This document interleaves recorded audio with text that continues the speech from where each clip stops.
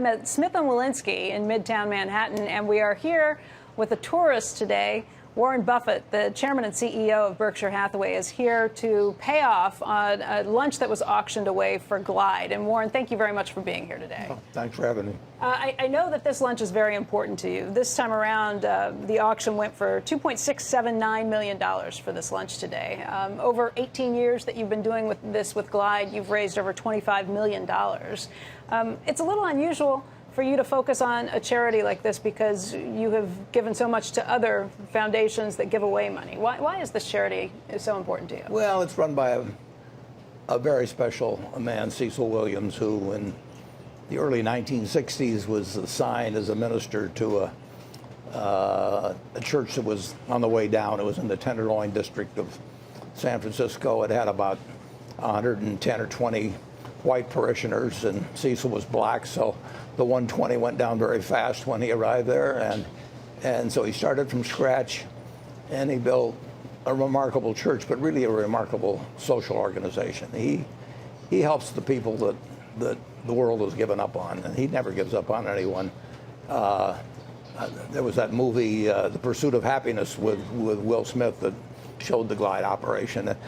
My wife told me a lot about Cecil, and I thought this sounds too good to be true, and I'm a suspicious guy by nature. So she didn't sell me, but then she took me there one time at the Glide, and I got to meet Cecil. I got to see what happened with the kind of people he was helping and how he was helping them.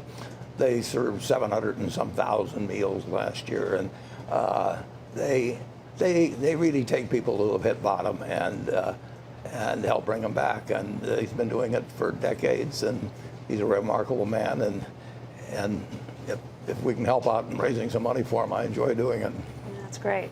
I was wondering if we could talk a little bit about another area of the country that is in pretty dire straits right now. That's Texas, Houston specifically, yeah, and now Louisiana, as the rain continues to fall from Hurricane Harvey. I've seen some pretty enormous estimates of damage, and obviously the human loss has been heartbreaking. What's your sense of this storm, of the damage that's been done here? Well, it's sort of unbelievable. I saw a figure the other day of 14 trillion gallons of water being dropped from the skies. That's equal to 2,000 gallons of water for every man, woman, and child on the planet. I mean, it's staggering, and the insured loss will be large. There'll be a lot of uninsured loss too, because flood. A lot of people have coverage with the national flood operation, but in the case of our particular company, we write about 10% of the auto insurance in Texas. So if you have comprehensive insurance, which covers flood, and about 70% of the people who buy auto insurance get that, you may very well have a total loss. We probably have 500,000 or so cars insured in that area. Through Geico. For Geico, which would be about 10% of the total. There'd probably be 5 million cars in that area.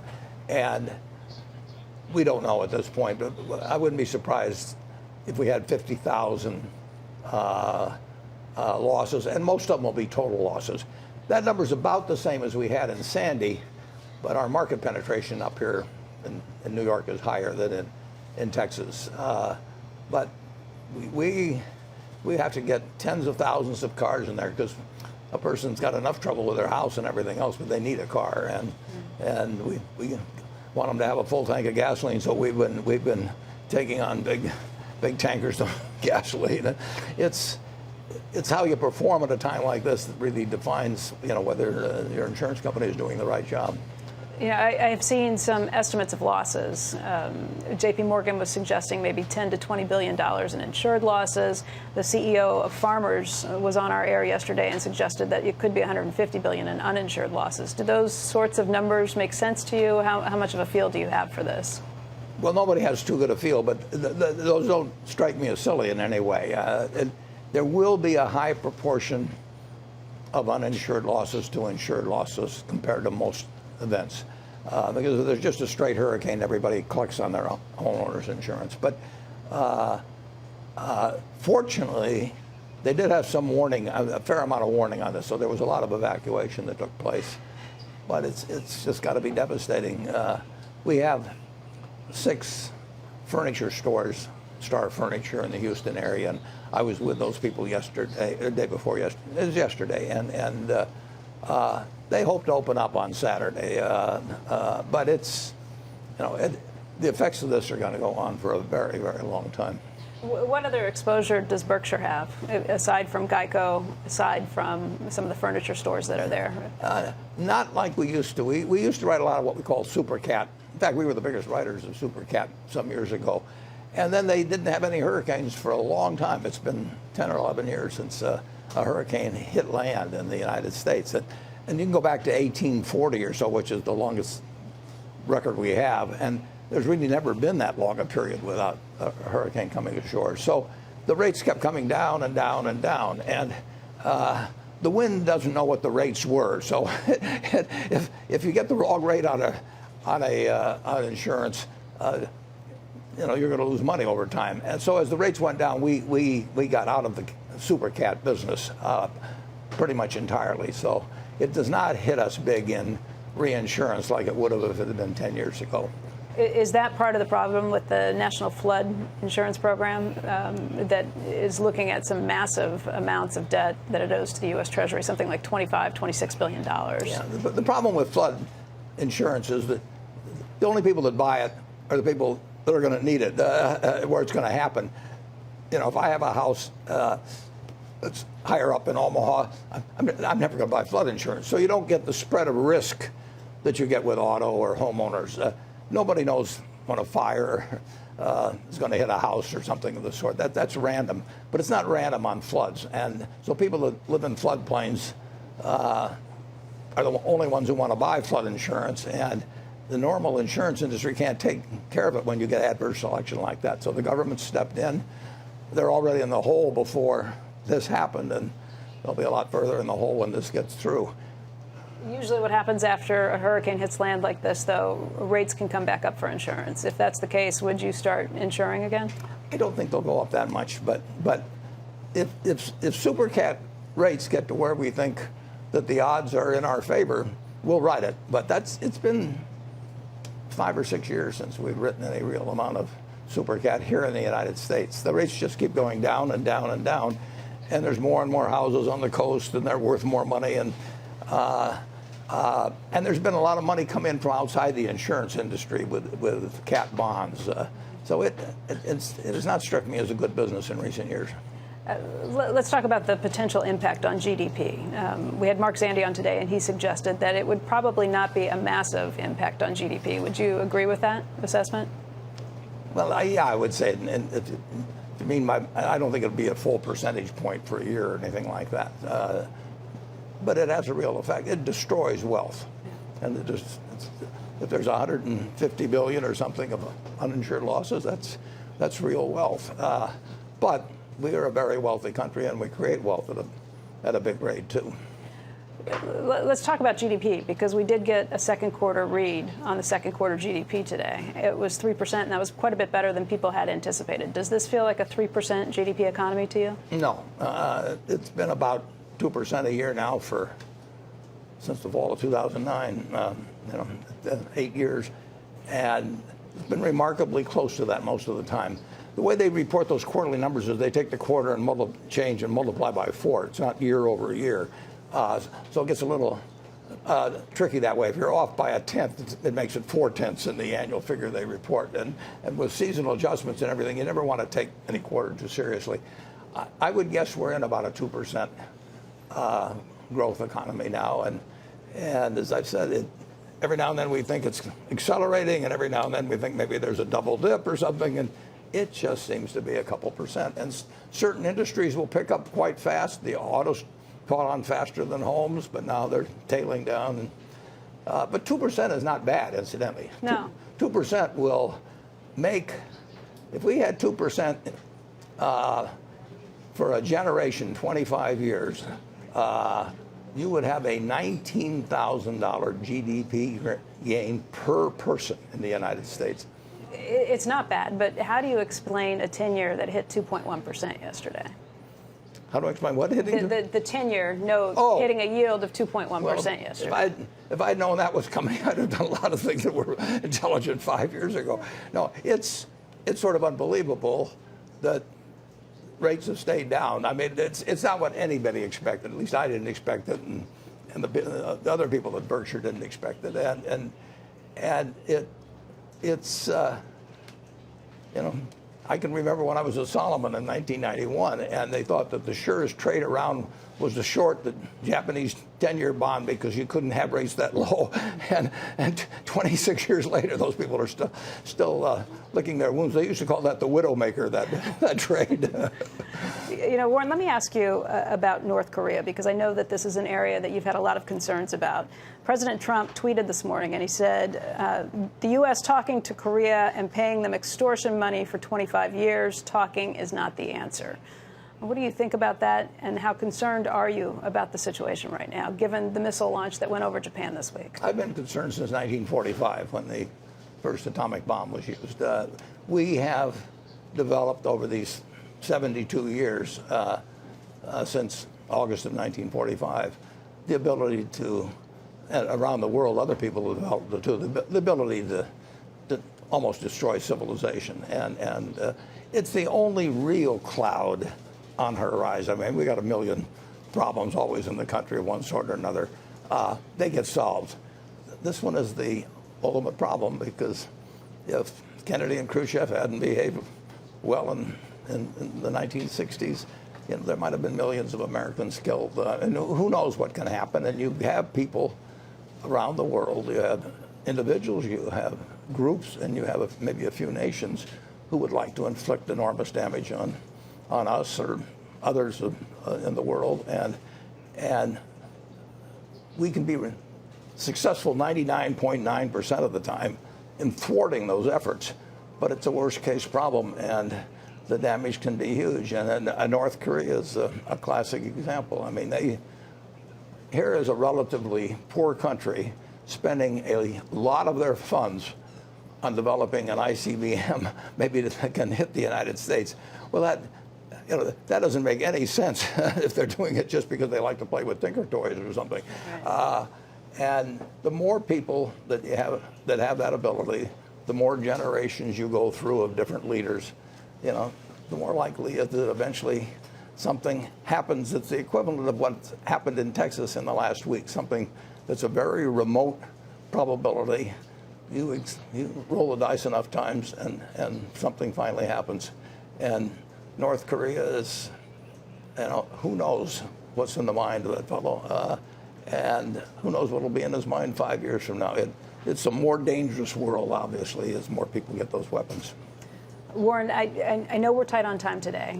Jim Cramer has something that's called the lightning round, and I wonder if you'll play lightning round with me for some of your stock holdings, so we can run through some of these. First of all, shares of Apple. You're the largest shareholder in Apple. I'm not sure we're the largest, but we have 2.5%. 2.5% in Apple. And you have been very positive on this stock. Do you continue to look at it as a very positive holding? What are your thoughts on it, and have you continued buying?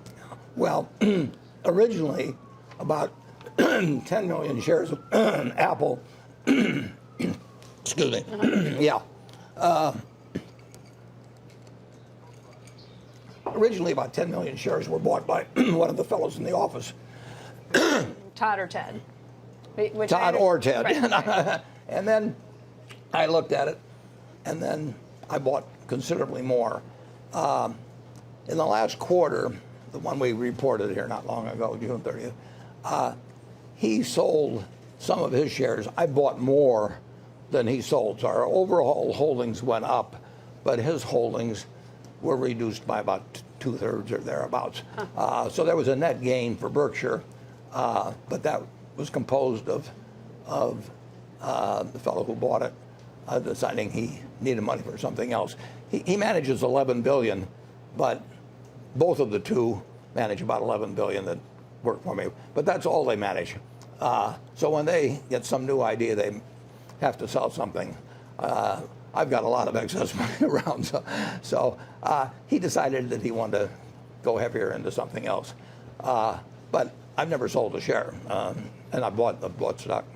So, are you continuing to buy? Well, I don't think I'll tell you that much, but but I certainly was buying last quarter, and I don't pay attention to the calendar when I'm buying. Well, let's talk about another holding. Maybe we'll try this one more time. On the flip coin, IBM. Last time we had talked to you, you had sold many shares of IBM. Are you still dubious about IBM's recovery process? Well, they may well do extremely well in the future, but I was wrong in my original analysis, and that's my fault. So 5 or 6 years ago, I thought that their prospects were going to be better in the next 5 or 6 years than they turned out to be, significantly better, and so I decided that I had made a mistake. That doesn't mean sometimes I make two mistakes. Sometimes I make a mistake when I buy and when I sell, but so I still don't know that much about the future, but I feel I know more about. I feel more certain about the future as I look at a company like Apple than when I look at IBM now. Have you continued to sell IBM shares? Well, there again, nice try. We'll have to wait for the quarterly filings. Yeah. There again, nice try. We'll have to wait for the quarterly filings. Yeah, exactly. Let's talk about the bank stocks. Just last night, Berkshire went ahead and converted its warrants into shares of Bank of America, making you the largest shareholder in Bank of America and in Wells Fargo, two of the top 3 banks. What's the profit there? $11.5 billion, is that correct? That's about right. Over the last 6 years in that stock. And do you continue to have faith in Bank of America? Yeah, I actually said specifically today that a long time before we sell a share of Bank of America. We're very happy. We got 700 million shares, and I like the business. I like the valuation, and I like the management very much. So that I think you'll see that for a long time in our holdings. Is it a similar story with Wells Fargo? Tim Sloan just came out recently and said that because of a third-party review at Wells Fargo, there are probably going to be some negative headlines that create more negative headlines for what's been happening there, their management policies. Well, what you find is there's never just one cockroach in the kitchen. When you start looking around, that was what used to terrify me at Solomon, is what they'd find after the first one. Because anytime you put the focus on an organization that's hundreds of thousands of people working for it, you may very well find that it wasn't just the one that misbehaved that you found out about it. And of course, it was more than one in the Wells Fargo case. But in the Solomon case, or the Wells Fargo, are you comparing Wells Fargo and Solomon? No, but I'm comparing the shock sort of a huge financial institution that all of a sudden people view in a different light, and once you put a spotlight on and start looking at everything, you're likely to find something additional.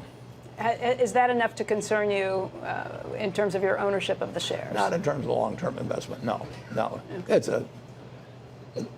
It's a terrific bank, as is the B of A, and there were some things that were very wrong done there, but they are being corrected. And my guess is if you look at any institution that's around for a long, I mean, something's going wrong at Berkshire right now, and I wish I knew about it. But I mean, and we have methods of trying to make sure we do find out about it. But I can guarantee you, with 367,000 people, every one of them isn't behaving in a way that I would like. Warren, let me ask you about Amazon and Whole Foods. I'm asking in the context of Kraft Heinz. And I realize that there are not a lot of Kraft Heinz products that are sold at Whole Foods. But this merger and the lowering of prices at Whole Foods has put some enormous pressure on the shares of grocery sellers. Something like $12 billion in the top 4 grocery sales stores.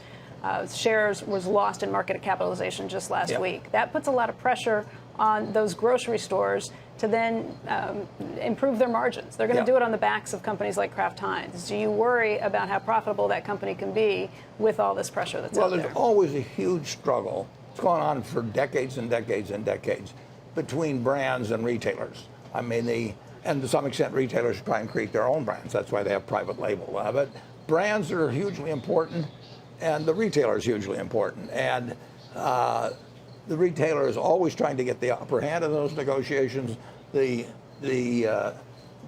brand manufacturer is trying to do it through advertising and through all kinds. Always a struggle.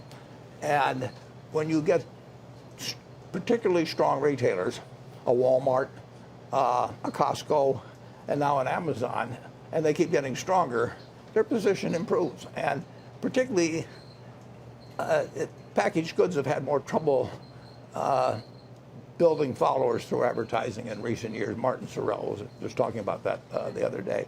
So that struggle is tilting perhaps toward retailers. You've got the big German operations coming in on discount, and they feature their own brands. So that'll always be a fight. But right now, the retailer is doing better in this round of the fight. Yet generally the way to fight against that is to get even bigger. So would Kraft Heinz go after a company like a Mondelez, whose shares have improved just in the last recent That sessions? doesn't really help you that much in the fight. I mean, P&G was always thought of as having the ultimate muscle because they were so big in so many brands. But it does help to have a group of big, powerful brands if you're negotiating with a big retailer. But what they really care about is the strength of the specific brand. I mean, and we have Duracell batteries, and the real question with people carrying that versus carrying some other brand is how they feel the consumer feels about that brand when they walk in. And so if you have 5 items that might be served at dinner, that doesn't really make you a lot stronger than having one. Are you saying that Mondelez's brands are not worthy? Oh, no. Okay. No, I'm just saying that there's not the additive factor if you have 10 big brands versus one. I mean, if you decide to buy a Coca-Cola or a Sprite, both from Coca-Cola, the one doesn't influence the other. You probably many people don't even know that Sprite is made by Coca-Cola. So your positioning within the retailer, all he cares about is what's going to move, basically. And having a group of brands doesn't translate to that much more bargaining power. So I'm not asking this directly enough. Would Kraft Heinz buy Mondelez? I think the answer is no on that. Okay, there's a direct answer to that. Would you go back after Unilever? Oh, no. That was a misunderstanding, basically. We will not make hostile takeover offers, and we did not intend that to be hostile, but it turned out it was, and we immediately, the next day when I learned about it, we called it off. It was a misunderstanding. Warren, very quickly, I want to go back to Tim Cook at Apple, the CEO there. He has been fairly outspoken recently about some of his disagreements with the Trump administration and with some of the actions of Donald Trump, the president. You have been uncharacteristically silent. In the past, you've been pretty outspoken about your politics. Why have you been silent now? Well, I worked for Hillary. I raised money for Hillary. I voted for Hillary. I was disappointed when she lost. But we have a president, and we have North Korea. We have a whole bunch of things. I am not in the business of attacking any president, or do I think I should be. I've lived under 15 presidents, believe it or not. There's been 45 presidents of the United States, and I've lived under a third of them. And I bought stocks net under 14 of the 15. The first one was Hoover, and I was only 2 when he left, so I hadn't gotten active at that point. But Roosevelt came next, and I bought stocks under him, even though my dad thought it was the end of the world when he got elected. And I bought stocks under 14 out of 15. So this country will move forward, but it is important that government functions well. It's important that both from the government side and from the private side, that they try to figure out how to maximize the degree to which this country moves forward. So I'll take a position in the 2020 campaign, the 2018 for that matter, but I won't say if my candidate doesn't win, and probably half the time they haven't over the years, that I'm going to take my ball and go home. You mentioned the 15 presidents you've lived under. That's because you're 87 years old today. Yeah. We want to tell you happy birthday. And Smith & Lewinsky has put together a cake for you. Wow. That they wanted to show you. And we just want to wish you a very happy birthday here today. Too bad there's not enough there for you, but that's great. They put together all of your favorite things. This is my guy, Brocco. He always delivers. They put together some of your favorite things, and I think you'll get a kick out of this today. But we want to thank you very much for your time.